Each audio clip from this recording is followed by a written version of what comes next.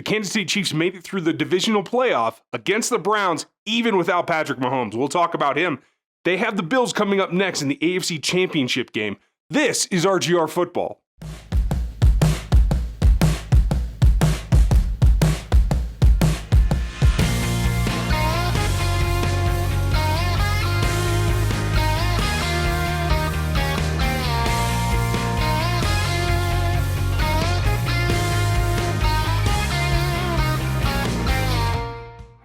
Welcome back, everybody. This is RGR Football. I'm Ryan. This is me going rogue outside everything else on the Kansas City Chiefs and the NFL playoffs.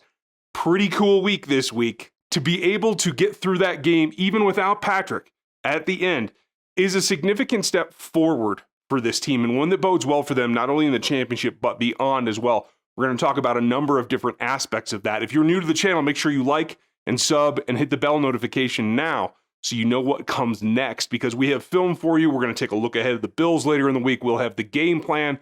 We'll have tailgate for you. And I got a couple other tricks up my sleeve. So welcome back. If you're one of the members, I have something going up for you today as well. This was a big hurdle. This is something that a lot of teams, when they faced any kind of adversity where you lose your starting quarterback, it's usually a recipe for disaster. And that's nothing against those teams, especially when you're built on a passing game like the Chiefs is, to be able to withstand a loss of Patrick Mahomes, even for a half. And I do feel from everyone that I've spoken to this week that things are looking up, that Patrick should be able to be available for the AFC Championship game. That's not a guarantee. The protocol is the protocol for a reason. It takes a while to move through it, and you have to pass several layers of aptitude tests, of cognitive tests, in order to make sure that you can go back onto the field. I expect that that will happen. As we record this today, we won't know until tomorrow, but we'll have a better inkling at that point as we start to look at the film this week.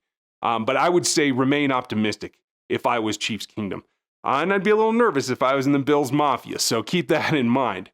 Now, that said, got a lot of big-time raising of play this week from the defense, by Tyrann Mathieu in particular. I mean, what he led in that secondary was really impressive. Not just that he got the interception, he nearly had a second. That was a tough play. I think he was just trying to concentrate on making the tackle rather than going for the ball in that particular instance. A lot of clutch plays, one by Charvarius Ward late to seal that stop in the fourth quarter. There were obviously some faux pas as well. A couple of missed tackles here and there as well. L'Jarius Sneed really continues to develop his game. And there's going to be people out there that are going to complain about his tackling. Ignore them. There's no reason to be concerned about what L'Jarius Sneed is doing in terms of tackling. Nick Chubb, Jarvis Landry, Kareem Hunt. Those are three people that are very difficult to tackle. Now, if you're talking about David Njoku, he should be able to somebody that they get down a little bit easier. 2 missed tackles for L'Jarius, 8 for the team. Now, that's something that we've tracked through the season on the By the Numbers video, which we'll get back to in the offseason as we take a look at the breadth of the whole season. But right now for today, I wanted to get this first take because there's just too much to go over that's outside of the statistics. Those 8 missed tackles, those are a problem. You want to get that down to the 5-point threshold. If you have 5, you can live with that, especially when you need to up your game. But getting hands-on passes, getting the interceptions, that makes up for that. Sneed blitzed very well again. He is an all-around DB that I think you have to make the center point of your plan going forward in terms of the position. Obviously not with Tyrann Mathieu out there. But this week in particular, it very much is going to be dependent on what his role is based on who else is on the field with him. We don't know any prognosis at this point for Bashaud Breeland, who usually can lock down one side of the field. He's going to throw you a penalty now and then, but he's going to make some big plays as well. He will be missed if he's unable to play, but that would most likely become Sneed's spot. He will slide out to the outside, but that's also dependent on, knock on wood, having Rashad Fenton available as well. He's another guy that's available, is proficient in the nickel. Honestly, I think at this point, Sneed's better, and you can discuss whether you want to put Fenton outside or leave him as a backup the fourth. I think Ward has shown his ups and downs. I think Charvarius Ward has really revealed this season what he is and where his ceiling has become. He has ups and downs. He makes some big plays. He makes some big mistakes as well. I think going forward, they will have another plan at the position to pair with L'Jarius Sneed. We don't know if that guy's on the roster yet, but we will find out. There's a lot to come from that. But that is a unit that has to step up this next week if it comes around that Patrick Mahomes can't play. Now, this doesn't mean that the Bills are an unbeatable team without Patrick Mahomes. I clearly do not feel that way. If they continue to buckle down and do the things that they need to do, I feel that they can still win against the Bills, because it's going to fall on that defense to be the determining factor in a Bills game where there is no Patrick Mahomes. It does come down to the fact that the teams are a little bit similar. The Chiefs showed some run ability with Darrell last week. Hopefully they get Clyde Edwards-Helaire back this week, which only strengthens it. And I think Lev Bell is just kind of waiting in the wings. And when needed, I think he'll be able to do some damage. Conversely, Zach Moss is out for the Bills. Singletary is a good back, but they clearly haven't been able to maximize their run this year. If the Chiefs defense can step up against Josh Allen, like we've seen teams step up against Patrick Mahomes, and limit what Allen can do, particularly because you have Diggs, you have what isn't a completely healthy Cole Beasley, who I think is a difficult matchup for this team, especially if Sneed has to go outside. If Cole Beasley is healthy, I think his quick routes, his pivot ability, his underneath ability is a thorn in the side of this Chiefs defense. But if not, then you're looking at John Brown and a couple of other role players that really haven't been able to contribute much. It really is Diggs.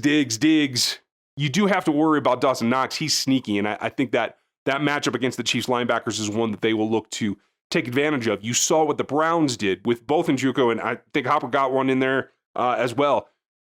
Tight ends versus Chiefs linebackers is something I think you're going to see a theme all the way through the end of the season until this roster drastically changes at the position. But we'll get to that when we have to get to that. In the meantime, I think that if that defense can rise, particularly the secondary after what we saw last week, hopefully it will let the front build back, because we didn't see enough pressure. It's been an ongoing story, and I think at this point, this is where the rubber's hitting the road. This is where they should have taken a step forward, even against a very, very good offensive line in the Cleveland Browns.